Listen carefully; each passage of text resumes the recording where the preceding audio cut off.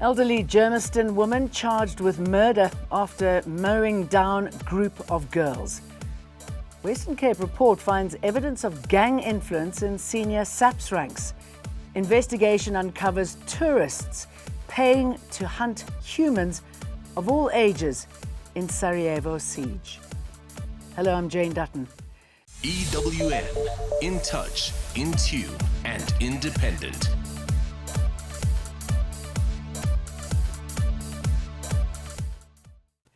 The culpable homicide case against 68-year-old Martha van der Walt has taken a dramatic turn. She now faces 3 additional charges, including murder. She's accused of driving her car into a group of young girls during a coming-of-age ceremony in Dewindi, killing 15-year-old Priti Mashlangu. Prosecutors say new video footage shows her ploughing through the group and failing to stop, prompting charges of murder, attempted murder, and failure to stop after an accident. Van der Walt appeared in the Germiston Magistrates Court today for full docket disclosure. She's been out on 5,000 rand bail since June. I believe that steady but sure we are heading in getting the justice for Priti. Why am I saying so? Remember, we were busy crying that we want the charge to be changed from culpable homicide to murder. The family and the community members, we have accepted the fact that we will live with the culpable homicide charge. But to our amusement today, when we enter the courtroom, we are hearing that further 3 charges are being added now. Western Cape Premier Alan Winde has released the long-delayed police ombudsman report into alleged gang infiltration in the province's police leadership. The report was commissioned in 2022 after Judge Daniel Tulare warned that the 28's gang may have influenced senior SAP officials and finds that a complaint against a provincial commissioner and top management is, quote, more likely true than not. The necessity of the latter consideration can be in no doubt, as the original matter heard by Judge Tulare, no fewer than 3 witnesses had already been murdered.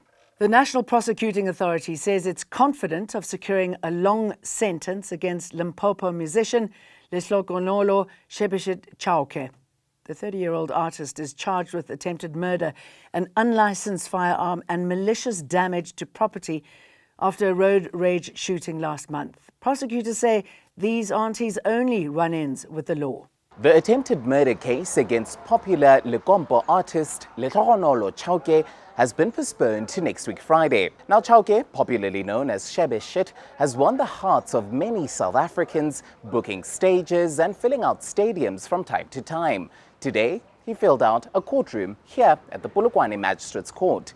He faces 3 charges, namely attempted murder, possession of an unlicensed firearm, and malicious damage to property, all relating to an incident last month where he lost his temper and shot at another motorist, injuring the person and sending them to hospital.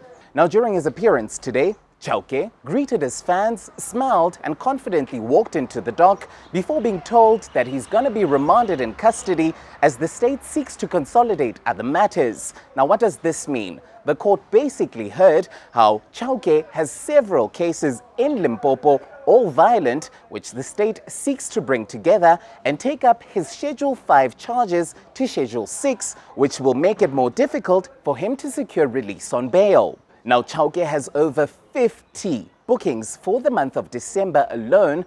Will he be able to attend them or perform? That remains a question. For now, his defense remains resolute that it will be able to secure his release on bail first and ultimately see him as a free man. Eastern Cape Police are investigating a deadly attack on a long-distance bus that left 1 woman dead and 2 passengers injured. Gunmen opened fire on the bus yesterday afternoon along the R61 between Kofimvaba and Nkobo. What has happened on the R61 is a barbaric act that has robbed a family of a loved one, an innocent woman, possibly a mother, just trying to make ends meet. And the MEC for Transport in the Eastern Cape, Mr. Xolile, says this senseless violence has no place in our province. Suspended Minister Senzo Mkunu's Chief of Staff, Cedric Nkabinde, has told Parliament he was forced out of the Independent Police Investigative Directorate after clashing with its former head, Robert McBride. Nkabinde has been testifying before the ad hoc committee probing police corruption. He said he lost his job after blowing the whistle on alleged misconduct involving McBride and private investigator Paul O'Sullivan, and claims he reported to then Police Minister Becky Cele.